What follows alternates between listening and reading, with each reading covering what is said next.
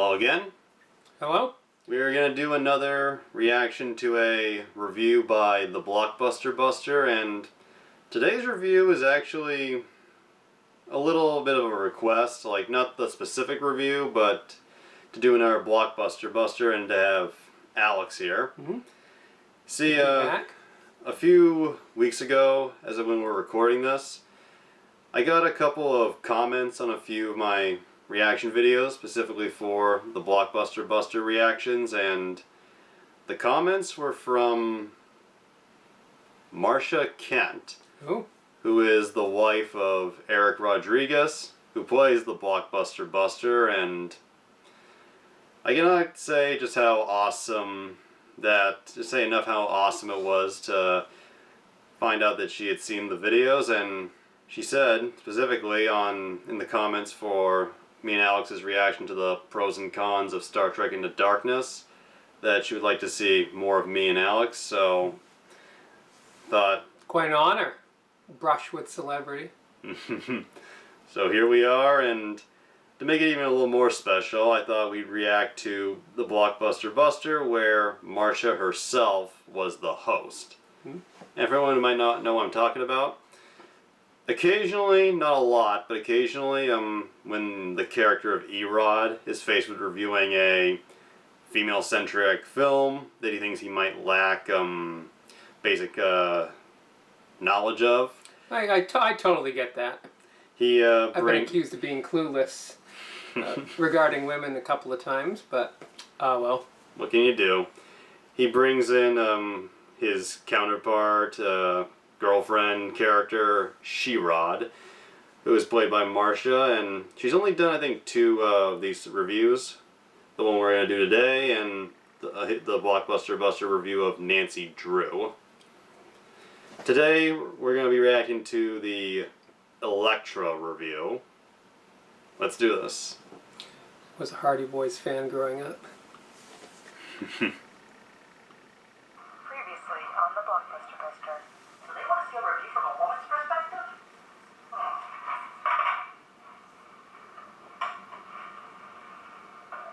Nope.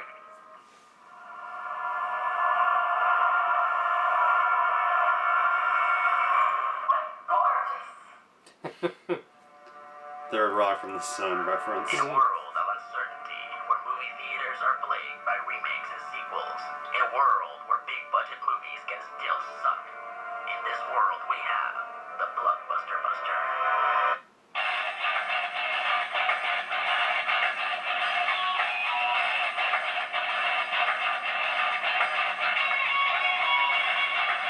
Punisher.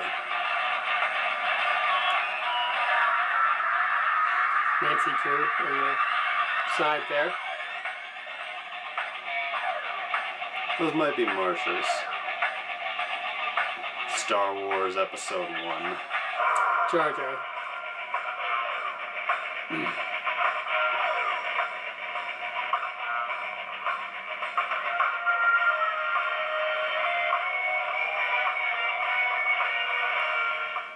Greetings, fanboys and fangirls. I'm SheRod, and I'm the Blockbuster Buster. In 2003, the devil got his due with the release of the Daredevil movie. Now, this movie's no masterpiece. It's not that bad, but it's not that great either. But if there's one thing we can all agree blows donkeys, it's the portrayal of famed comic book assassin Elektra. Now, for those of you who don't know, Elektra, who was created by Frank Miller. I like movies. She's a badass warrior woman in the same vein as Xena, Ripley, and Sarah Connor. She became the Kingpin's chief assassin by breaking into his penthouse and killing all of his ninja bodyguards. Not 1 or 2, but all of his ninja bodyguards. Very In the realistic. Daredevil movie, she's all like, I'm like, so ready to get them all right now. So I pose you a query, Legionnaires. What could possibly be worse than the complete bastardization of one of the greatest female comic book characters of all time? A shitty spin-off movie. Of all the great characters from Daredevil, why make a movie about this one? Alright, Fedora Freddy. We want to make a spin-off movie using one of the characters from Daredevil. Who do you think we should use? Gee, let me think. Kingpin? Too evil. Bullseye? Too evil. McMurdo? Too Affleck. I got it. How about the Pablo Pistol Legend? A female lead? I don't know. I'm telling you, DB, it's gonna be great. We're gonna push up the popularity of our television series. We're gonna throw a bunch of money and a bunch of ninjas into the picture.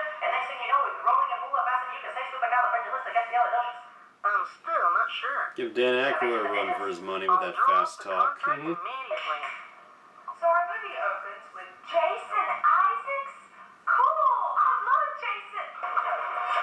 Well, that didn't take long. The best actor in the movie in the first scene. There's a metaphor here somewhere. Meanwhile, we cut to the evil ninja organization known as the Hand, which is led by. That's right, it's Kerry Tagawa, who turns in a surprisingly subtle and cool performance. Gee, if there were only a group of idiotically cartoony villains that could take over as the antagonist. Meanwhile, the deadliest assassin in the world is using the spare time she has to clean her apartment. Why? You're in my DNA. Dude, use ammonia. You never know. Boondock Saints. Love that movie. So Elektra is sent to a cottage where the greatest ninja assassin in the world has a little girl break into her cottage?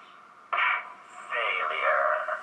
So it turns out Elektra's assignment is to kill the brat that broke into her cabinet, her father. But Elektra can't do it because she's known him for over a day. What? That's fucking stupid! They have over 30 years of comic book storylines, but yet they choose this overused action movie plot?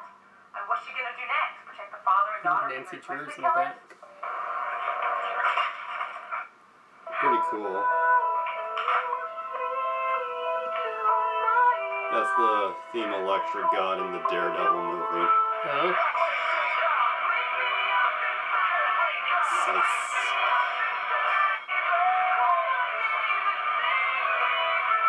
How do you really feel? So Elektra saves her former targets from ninjas by using her spider sense. Wow, this can't possibly get any more ridiculous. And Supernatural for the mix. That's it, SheRod. Get into the dark side. Elektra, in the face with a big face. Whoa, too dark. How do you really feel? So let's see. We have a deadpan hero with the personality of a brick wall. Something is missing. Oh yeah, the annoyingest ball sidekick. So now that annoying Abby's on the scene, the movie forgets that it's a martial arts epic and becomes an episode of the Gilmore Girls. If you're out on the road, be with you, I will follow where you lead. No.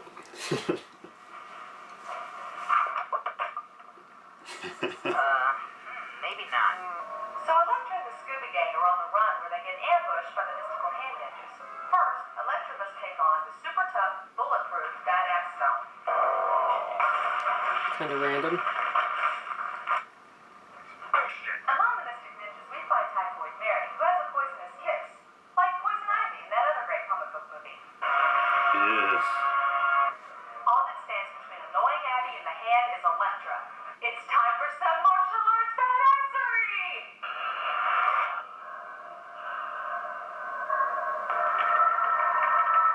Kinda gay.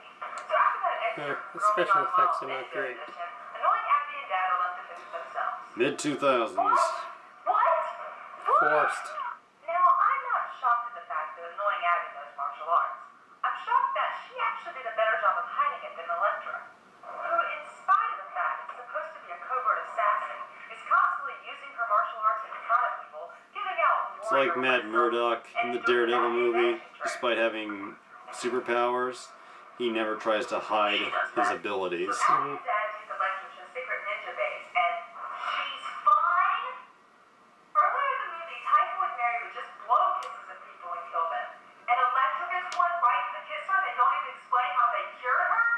Ah, fuck it. Yeah. So Elektra gets fed up and constantly running from the Hand, so she invites them all for a winner-take-all showdown. Here we go. It's the hero versus the villain. In an epic Nice battle outfit. that- Here she comes to rip the day!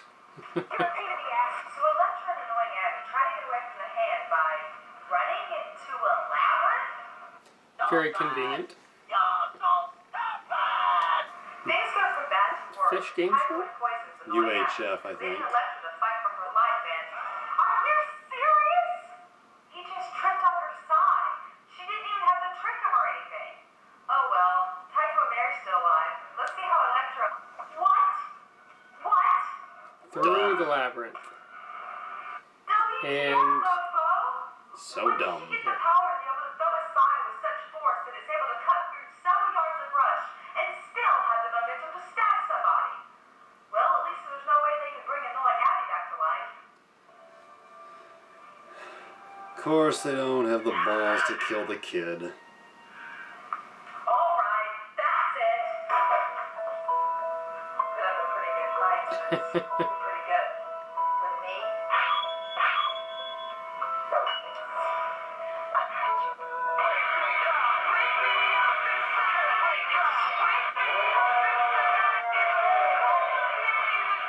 how come it didn't disappear? Melt. That would have been cool. Yeah. I guess they didn't have the effect budget for it. Bubblegum Queen Jennifer Garner as Elektra, but for the love of God, somebody kick his ass! Personally, I always pictured Lone Adventure in the park, but that's just me. This movie's just soulless. It's the Paris Hilton of movies. It's a very expensive, very empty show. The hero's lame, the villains are cartoony, and this chick makes Shia LaBeouf look like Morgan Freeman. How bad is this movie? Even Jennifer Garner herself has publicly admitted that this movie's a piece of shit. I'm not surprised this movie bombed. It bombed like those gassy ninjas. Well, that's that.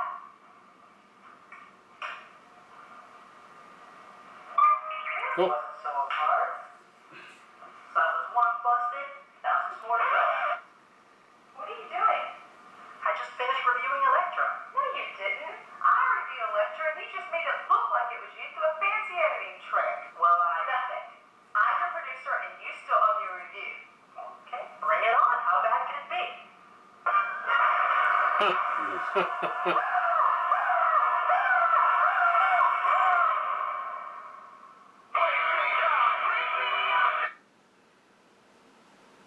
Oh, I thought that was good.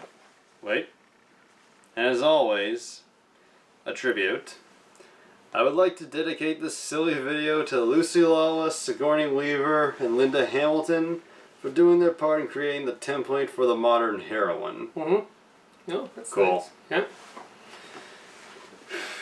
So, what did you think of overall of the SheRod review? Well, I mean, she's not the regular reviewer, and for not being a regular reviewer, I mean, she looked like pretty professional. So I thought it went pretty well. Yeah, I think Marcia does a great job as the SheRod character, and like Dr. Insano is for Spoonie, the character is mostly just appears in cameos occasionally over the years. She hasn't appeared since the last few episodes of 2016, Mm-hmm. but I like the character. She's fun, cute, and in the two reviews she's done as SheRod, she carried them extremely well. I think she was consistent with the Blockbuster Buster theme and style. Yeah, like they're doing here the same type of gimmicks and just little gags that SheRod normally does. I mean, and that takes some skill to be able to make it seamless like that. They did make it clear at the end this is not a female version of SheRod. It's like his boss or girlfriend character. Yeah, producer on the show, and she did a good job of being similar but also being her own thing. Yep. Which can be tricky to do sometimes, and I did think she added some perspective, because I think her being very critical of this makes it, you know, if Blockbuster Buster had done that, maybe some people would say, well, that's just because you're sexist or you're a misogynist. Whereas if she's doing that, she might add that different perspective. So I guess. Who knows? I think they were doing it mostly just for the fun of it. Mm-hmm. And according to the comments on the original video on his original YouTube channel, they've established over the years that Marcia suffers from epileptic seizures. Oh. And according to what I saw in the comments, she actually had one the night before they were going to start filming. Oh. And had like a serious injury or something. And Eric says he wasn't sure they were going to do this review. But she said, I want to do it. Let's do it. And they pursued with it. Well, that's even more credit to her. She was able to persevere through that. very, very commendable, very awesome. And my favorite jokes in this episode, I think, would be the face when Elektra and Typho Mary kiss, just the shock, and also when the Emperor's like, give in to your evil, and they're like, whoa, too far. My favorite is probably the Morgan Freeman comparison there. You're not a Shia LaBeouf guy? Mm-hmm. I don't hate him as much as most people do, but maybe that's because I've never actually watched a Transformers movie all the way through. Mm-hmm. The most I've seen of Shia LaBeouf is from back when people actually liked him. Like with the Holes movie, and when I was a little kid I used to watch Even Stevens on the Disney Channel. That's going way back. Actually not that bad, I thought. Mm-hmm. And I've never seen the Elektra movie because I really didn't like the Daredevil movie. And like SheRod and SheRod, I consider the Elektra character to be the worst thing, and that's saying a lot of the Daredevil movie. And I actually don't really like the Elektra character in general. Like, even on the Daredevil Netflix show, which I fucking love, Elektra in season 2 was my least favorite thing, and I was a little upset when I saw that they were going to bring her back for the Defenders, just because, like, what they did with her in season 2 I thought was the best that they could have done, at least from my perspective, but I just feel like that was enough. Mm-hmm. Seemed a little forced. And I was actually surprised when in another video SheRod said he actually does like the Ben Affleck Daredevil movie. No. Doesn't like... To each his own. Doesn't like Elektra, but... yeah, to each his own. And what was your favorite moment in this review? Again, I think I probably liked, just the way that she was able to piece together the overall review from all of the clips that she used. I mean... And I also really liked the moment where they showed that clip from the Boondock Saints about ammonia. I like that movie a lot. It doesn't get enough recognition, so it's cool to see people who are fans of it. And I think the last thing I'll say is, this came from, I believe, the first year of the Blockbuster Buster, like season 1. Mm-hmm. And that's actually the period of the Blockbuster Buster that I've said on more than one occasion that I like the least. Just because those reviews are all very short. They all keep themselves to a 10-minute or less time frame. He's still developing his style, getting comfortable probably. Yeah, he was kind of getting into it as time went on. Mm-hmm. There's a lot of stuff here that he doesn't do anymore. But the main thing is, I think the Blockbuster Buster reviews are at their best when they're long, like there's no time limit. Mm-hmm. But the Elektra review, that's one of the few early reviews that I really love a lot. And a lot of it has to do with SheRod, and hope if she sees this, you like it. Yep. Hope you enjoy both of our presents again. Very exciting. See y'all next time. Until next time.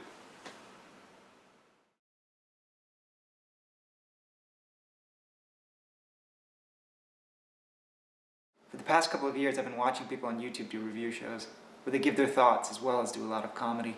People like the Nostalgia Critic, the Cinema Snob, the Blockbuster Buster, and so many fucking others. And like all these other movie reviewers, I've given myself a review nickname. It's something that I think will grab people's attention, will let you know immediately that I'm a movie guy. And it's a name I'm sure that no one else has thought of using. The Unusual Suspect. I don't want to sound too full of myself, but it just feels so great when you come up with something so original.